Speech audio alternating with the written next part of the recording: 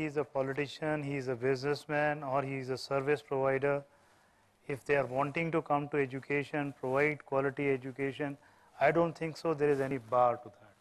The issue is whether they are able to impart quality delivery of education. The whole issue is of de-recognition recommendation is around whether they have fulfilled those parameters or not.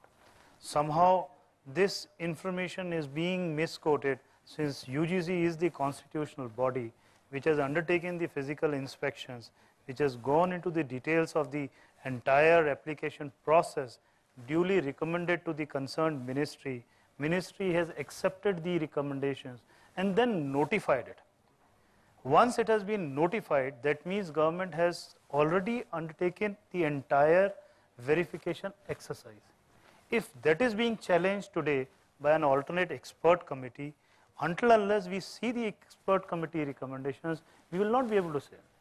So that's the present scenario. So I just wanted one final, because we're coming to close this first segment. Is there a sense that there's something completely wrong with this entire system, sir? We have a big challenge before us, and that is, at the moment, hardly 10% of our youth are able to go for university education. And we are planning to raise it to 15% and then to 30% by 2020. Going by that challenge, I think we have to give adequate opportunity for the private sector to start universities.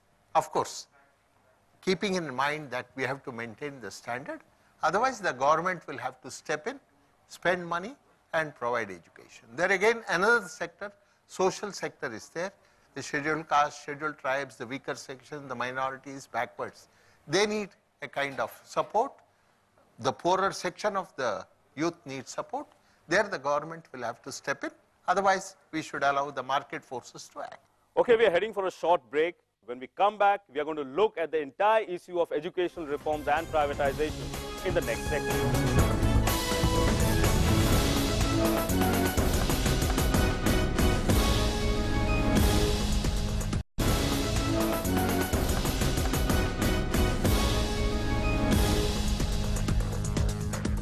Welcome back to this special presentation, Higher Education and the Contribution of Deemed to be Universities.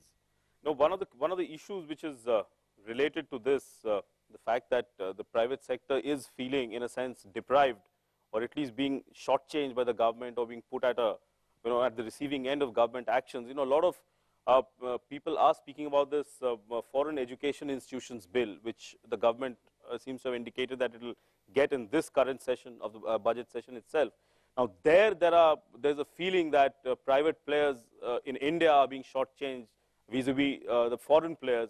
A lot of them big brands, Princeton, Harvard, Yale, and they are getting the kind of largesse which you people are not going to get. So, is that an issue also with? I just like to throw it open to everyone. Is that an issue for anyone here? I would say that barriers to entry should be removed. Foreign providers should be made welcome to come. They'll charge what the market can bear. They should be allowed to do that. And that would, I believe, push up quality, increase competition. In any case, would have to open it up under the WTO rules and under GATS. So we can postpone it, we can't avoid it. Foreign universities are welcome, but not at the cost of Indian education. The excess issue is very big in front of us. In fact, we are trying to discourage the private sector, and inviting the foreign university is not a right case. We definitely want the foreign universities for their experience and expertise what they have, but somewhere down the line, the Indian education which has got into prominence, which is having age-old history right from Nalanda onwards, probably today we are suffering in some ways or other, but we are definitely moving to a better delivery system. So, Mr. Sharma, is there a sense that people are not getting a level playing field?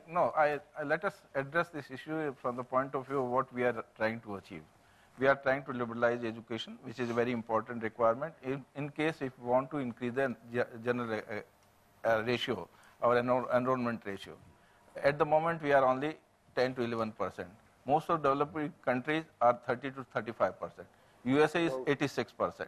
Now we are competing in a knowledge economy, a global knowledge economy, and our youth is waiting for higher education. Now how we are responding to that? That's one issue. Therefore, you have to have the state sector, you have to philanthropic, which is coming as a, almost all deemed to universities are either the Trust Act or the Societies Act, and that is being done. Or third player is the kind of private companies or whatever it.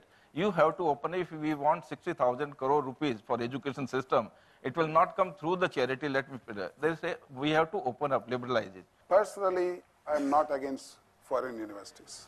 Only thing is, when they come here, will they come here for charity? In Lebanon, the local universities charge $2,000 and the American university charges $20,000.